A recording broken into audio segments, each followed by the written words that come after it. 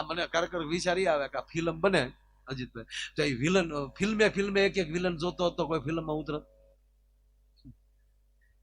હું જેથી નાનો હતો ને, હજી નાનો છું, હવે અમારે સાહેબે પ્રવાસ કરેલો, અને લગભગ 5મું ભણતા લગભગ,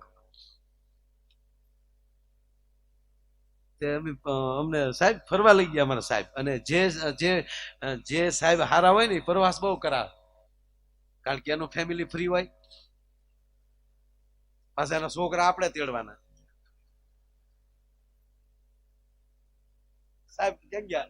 આયા બેઠા છે. સાહેબ સંચાલન સારું કરી રહ્યા છે, દાદાને તાળીના ગરડાથી વધાવ.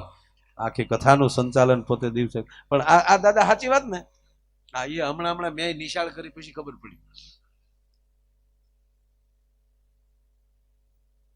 અમે સાપુતારાનો પ્રવાસ કર્યો જડેજા સાહેબ. સાપુતારામાં ગયા ને પછી વળતા ઓલું ડાંગ આહવાનું જંગલ આવે ને આડું, તો ત્યાં ત્યારે મને ખાસ ખબર નહીં, ત્યાં ગયા હતા રામાયણનું શૂટિંગ ચાલતું. ત્યાં રામાયણ સિરિયલ રામાનંદ સાગર એનું સારું શૂટિંગ. સાહેબો કે આપણે એની મંજૂરી લઈ તો જવા દે તો આપણે શૂટિંગ જોવાનો લાભ મળે. પણ દાદા હકીકતો ત્યારે એ ખબર જ નહોતી કે આ ફિલ્મ બને. અમને એમ જ હતું કે હાસુકલાય છે રામ ને રાવણ, એનું શૂટિંગ ઉતરે ગામડામાં હાવ રહેતા, આપણે કઈ ખબર નહીં. તો ઓલા મંજૂરી આપી, કારણ કે એને રીસ વાંદરા ઘટતા હતા. અમે બધા સાહેબો અને છોકરા ગયા. અમે ત્યાં ગયા ને, સીતાજી ને રાવણ બે પાસે બેઠા બેઠા સા પીવે ખુરીશ. દીપિકાજી અને આપણા ગુજરાતનું ગૌરવ અરવિંદભાઈ ત્રિવેદી. પછી ઓલાએ કીધું કે એ અરવિંદભાઈ છે, આ દીપિકાબેન છે, આ દીપિકાબેન સીતા બન્યા છે, અરવિંદભાઈ રાવણ બન્યા છે. ઠીક, મેં કીધું નોરતા રમે એમ? મને કે હા એમ કયો ને. પછી શૂટિંગ ચાલુ. પછી શૂટિંગ જઈ ને ત્યારે બહુ મજા. બોલો યુદ્ધ હાલતું હોય, યુદ્ધમાં તો રામ કે રાવણ કે સીતાજી નો જ હોય, તો સાઈડમાં બેઠા, યુદ્ધ તો બીજા કરતા હોય. આમાં એવું છે હો. ઓલા બધા ગાંધીનગર બેઠા હોય, આપણે ગામડામાં સુલા સુધી પોગાડી દઈએ છીએ. બોલા ત્યાં તો ભેગા ડોહા સા પીવે, ત્યાં કઈ વાંધો છે જ નહીં. શૂટિંગ જોતા હોય તે જે વાતો થતી હોય એ ડબિંગ નો થાય. શૂટિંગ જેને જોઈએ ખબર છે. આપણે હામાં રીસ ને વાંદરા રાક્ષસો જમજમાટી બોલાવતા હતા ને, હામાં વાતો આમાં લડતા જાય ને પાછા વાતો કરે. તમે કેટલા ભાઈ? તમે 4 ભાઈ. હું ધંધો કરો? 2 રાક્ષસ છે, 2 વાંદરા છે. અહીંયા સહી બધા પગાર શું છે? અમને 150-150 રૂપિયા નક્કી કર્યા. રામાનંદ સાગર એમ કહેતા હતા કે હજી જો 50 દિવસ હાલશે ને વધારે તો પાછા તમને 200-200 રૂપિયા વધારી દેવું. જમવાનું છે કે જમવાનું જનરેટર છોડે, ગાંટલા નાખીને હોઈ જાય છે. તારી પાસે માવો કેવું કઈ છે? મારી પાસે કઈ થાય તો હું થોડે આવો ગમદીન પાડી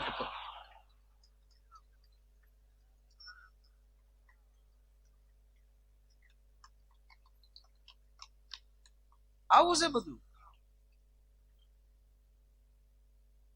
આ તો પછી એનો ત્યાં ગયા નિર્માતા ને એને ખબર હોય, પછી પાછું મઠારીને બધું ભેગું કરે. એમ આપણે તો વાસ્તવિક એવા જ છીએ, પણ આપણો સદગુરુ ને આપણો ઈષ્ટદેવ આપણે મઠારીને ભેગા કરે છે.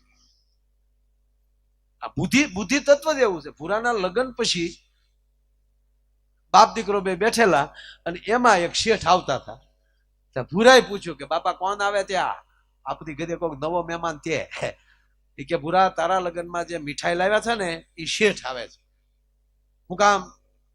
કે ઘરે વહુ રાણી આવે ને પછી વાહે ઉઘરાણી આવે, પછી મંડપ વાળા આવે, લાઈટ વાળા આવે. બધા બાપા વાડીએ ઝાડવા ઉપર ચડી ગયા હોય. હવે તો સાપાઈ મોકલી દેજો, કહેજો નથી. ઓર્ડર તો તું દી આવ્યો તો જયારે મોટો થઈ. મેરુભાઈ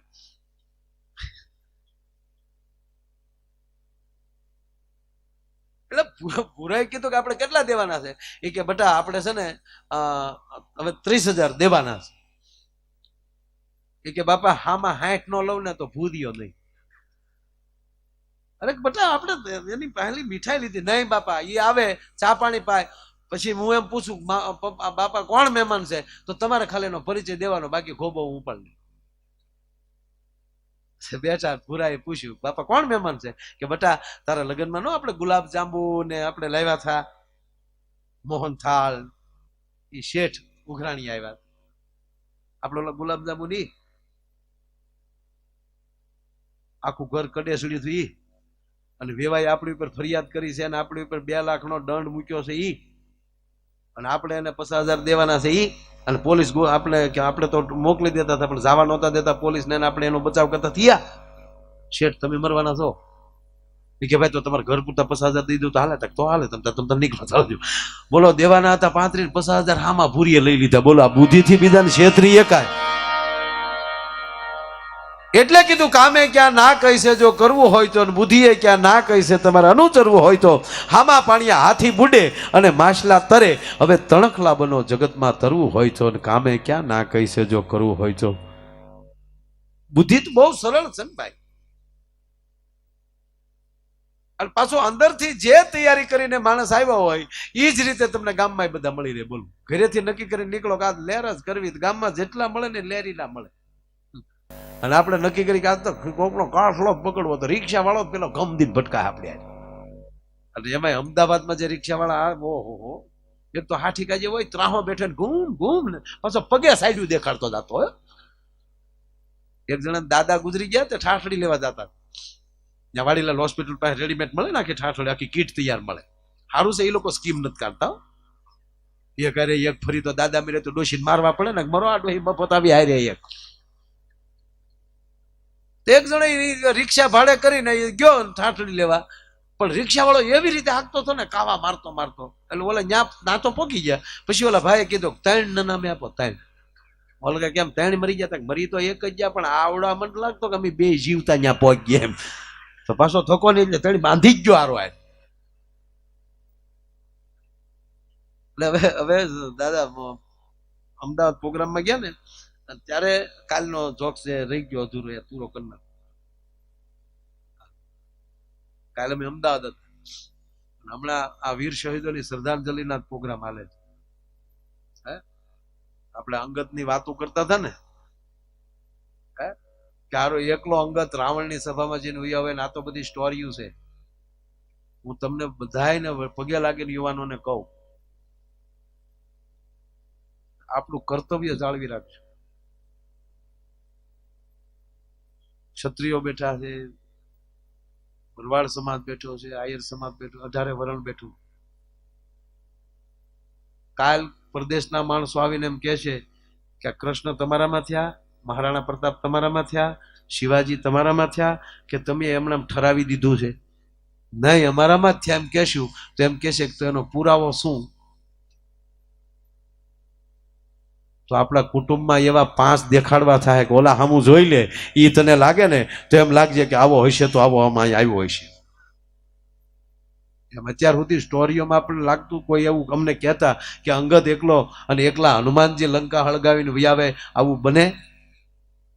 સાહેબ અભિનંદન આવ્યો પછી નથી લાગતું કે આવો એક હોય તો જઈને આવે, એમાં કોઈ શંકાને સ્થાન નથી. શું એ માણસ જવાબ દેતો હતો? નહીતર એકલા હોય, એકલા તો હારા ને ખોચું ખેંચો. હા, જાહેરમાં આપણે ફાકા ફોલદારી કરતા હોય એને આપણે ફામે બોલાવો એકલાને, પછી ભાગ્યાને કયો કોલો ઝાડુ લાકડો લે ને હોજો ન સડે ને આપણે કઈ હું ખોચું, તમને કહો કે ખોચું કીધું, હું હચું જ. હા ત્યારે એમ થાય કે તું તો રહેવા જ દે. હાવ એકલી વસ્તુ જાણ. અને એને બદલે સાહેબ એના જોયું છે આપણે કે 1 ભારત વર્ષનો યુવાન પાકિસ્તાનના કબજામાં જે પૂછે એના પરફેક્ટ જવાબ. નામ આપ્યું, તું ક્યુ પ્લેન લઈને આવ્યો હતા? કે મારે કહેવાનું હોય નહીં, તમને ખબર પડી ગઈ છે. એ જવાબ મારે ન દેવો. તમારા લગ્ન થઈ ગયા હતા? હા મારા લગ્ન થઈ ગયા છે. ક્યાં રહો છો? એ મારે કહેવાનું ન હોય. મારું સરનામું મારા પરિવારનું તમને ના આપીશું. નિર્ભયતાથી માણસે જવાબ દીધા. અને બીજે જ દિવસે સાહેબ પાર્લામેન્ટમાં નિર્ણય લેવો પડ્યો કે આને કાલે ને કાલે મારે રવાના કરવો છે, એને મોકલી દેવું છે.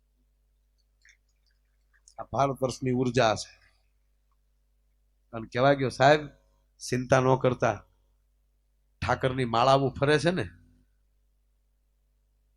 આવા સંતોના હાથમાં એમ કહેવાય બેરખા ફરે છે ને, મહાપુરુષની માળાઓ જે જાપ કરે છે ને, એ શું કરે છે? કોઈ એવા માણસો હોય એની બુદ્ધિ ફેરવી નાખે છે. ભારત પ્રત્યે કોઈ ખરાબ વિચાર કરતો હોય એને પણ એમ કહેવાય કે ફેરવી નાખે છે. પૂજ્ય મોરારી બાપુના શબ્દમાં કહું તો એટલું જ કે અમેરિકા વાળા એક બટન દબે તો વિશ્વનું પૂરું થઈ જાય એવા બોમ્બ એની પાસે પડ્યા છે. ત્યાં જતા આંગળી અટકાવે કોણ? કેવલ ભજનાનંદ પુરુષ. એને એમ કહેવાય કે એનું ભજન ના બળે એમ કહેવાય કે એ માણસને એવો વિચાર ના આવવા દે. નથી ઘણાને આપણે કોઈક તમે કાટલો પકડી જતો એમ કહો કે હવે જવા દે ને ક્યાં મારું. આ જવા ગયો આ મોટામાં મોટી મહાનતા છે. આ સમય વાયડાઈનો છે જ નહીં. આ સમય અજરડાઈનો છે જ નહીં. હવે